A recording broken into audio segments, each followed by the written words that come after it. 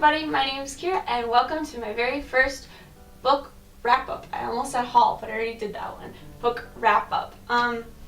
So I realized that it's the beginning of April already, but we're just going to do a quick wrap-up of what I read in March. Quick note, I don't have a lot of the books because I borrowed them from the library and a couple from my friend. So I only have two to actually hold up. Another note, the reason that I'm kind of dressed up is because I had a thing at school for my personal finance class. We went to a business thing. Blech. Words are so hard sometimes. I went to a business thing and I got out of school. It was fun, but that's why I'm slightly dressed up. No, I am not going to be doing any TBR videos just because I don't like constraining myself to specific books that I have to read at a specific time. I'm not really a mood reader per se, but I just, I have a TBR pile that's on my phone. I have a list. And I have a couple on paper too. So I have tons and tons and tons of books that I want to read, but I don't want to put out a video of these books that I want to read and then not read them. I don't know, for me it's just a personal thing. I don't know. I'm just not going to do it. So don't expect to see TBR videos from me, but I will of course be doing hauls and wrap-ups hopefully every month. I would like to do that every month. So let's get to it. So the first book I read in March was Glass Sword by Victoria Aveyard. I'm not going to say way too much about it because I actually have a full review for that on my channel already. So if you want to see that, I'll leave a link in the description. It's the second book in the Red Queen series. I have the third one. It's literally right there. I'm getting to it. I didn't super enjoy Glass Sword. I had a couple problems with it, but it was still interesting enough that I'm going to read the next book. The next book I read in March was The Martian by Andy Weir.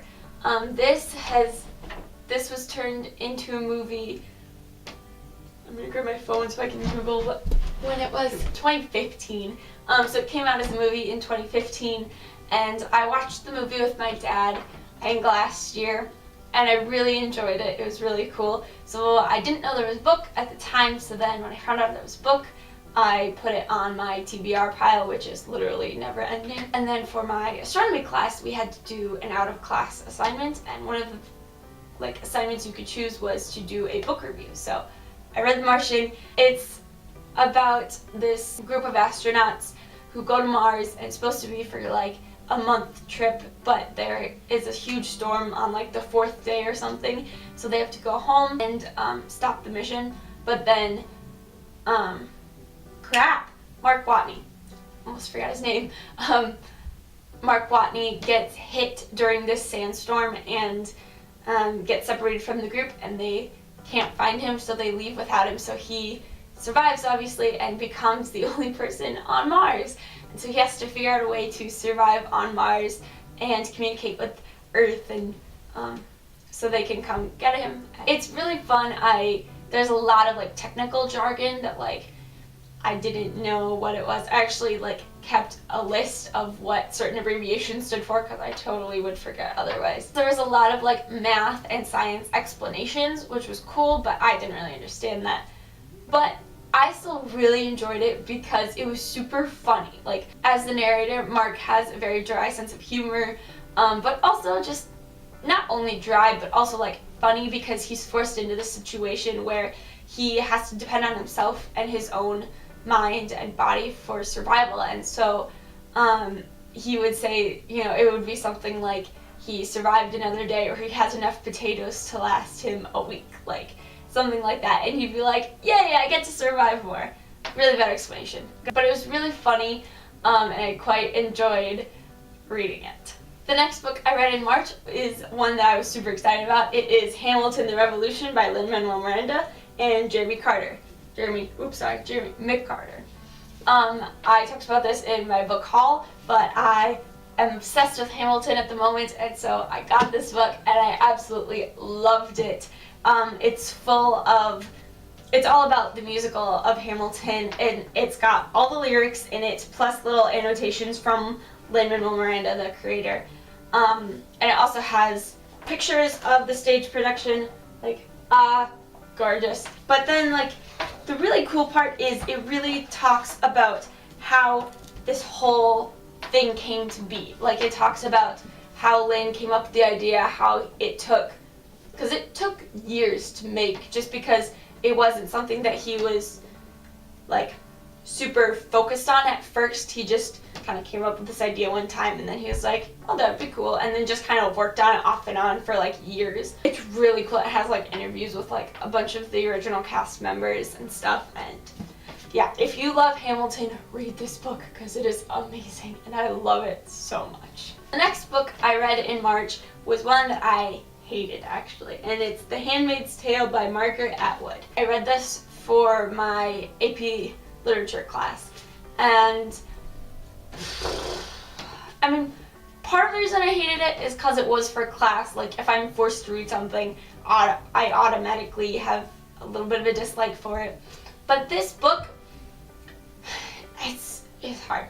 It's like dystopian, futuristic kind of thing, but this religious fundamentalist society has taken over, and they have now named it the Republic of Gilead, and kill Congress and suspend the Constitution and institute these rules that like women are very much objectified in this book, and so the men have most of the power, of course, and these handmaids, the main character, Offred, is a handmaid, and her main job is to have sex with the commander that she belongs to, and reproduce. Like, their population has like gone downhill, and so the handmaid's main job is to reproduce. And it's very, very graphic.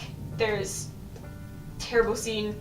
I wish that I read it during study hall, and then 2 hours later my teacher was like, oh, if you want to skip these pages and skip this graphic scene, you can skip. I was like, thanks, a little too late. Yeah, it's super feministic, so if you're feminism, you go for it. But I feel like women were very objectified. It was very graphic. It twisted scripture and the Bible to make it fit its needs, and I really, really hated it. We're still doing a project. I think we're done next week with it, and then I can finally return this to the school library and never, ever, ever pick it up again. Also, it's becoming like a Hulu series or something, so it's probably going to get some hype coming soon. So just be aware, it's very graphic descriptions, and I hated it, but I mean, if people like it, that's your choice, I guess. And the last two books I read in March are The 100 and Day 21 by Cass Morgan. Those are the first two books in the 100 series. I'm reading the third book, Homecoming, right now. Thank you to my friend Abby, who's loaned me the second and third book. I'm quite enjoying them. It's not a super original plotline and stuff, and it doesn't really make you think, but it's super fun. Like, I'm enjoying it. Quick synopsis.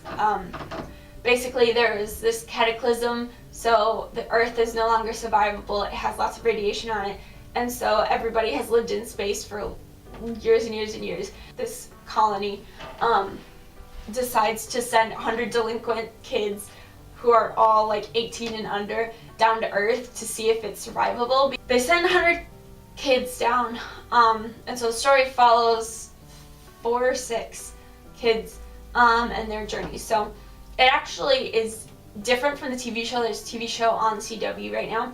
They're on season 4. I am a couple episodes into season 2. So I'm really enjoying both of them. They're so completely different. It reminds me a lot of Percy Jackson, where like the books are really good and the movies are like okay, but you can't compare them at all. Like, I don't mind the Percy Jackson movies. They're not my favorite for sure, but you can't compare them. Or like The Hobbit, like the movies are cool and good, but they're just completely different from the book. So that's the same way with The 100. The character of Finn, who's in the TV show, does not exist in the book, and that we follow these two characters, Glass and Luke, who end up like staying on the ship in the book. They're still in space while the other 100 kids are down on Earth, and so there's a lot of complete differences. But I'm really enjoying the books, and I'm really enjoying the TV show, and I'm excited to continue with both of them. So quick add-in here.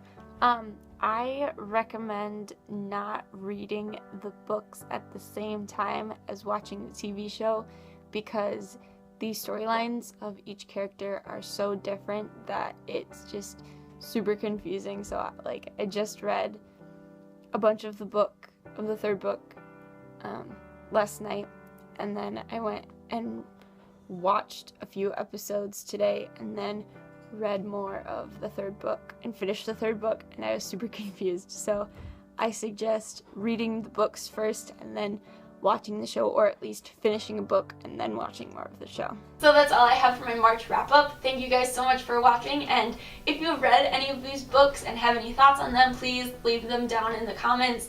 I'd love to know your thoughts on some of these books. Thank you for watching, and I'll see you next time. Bye!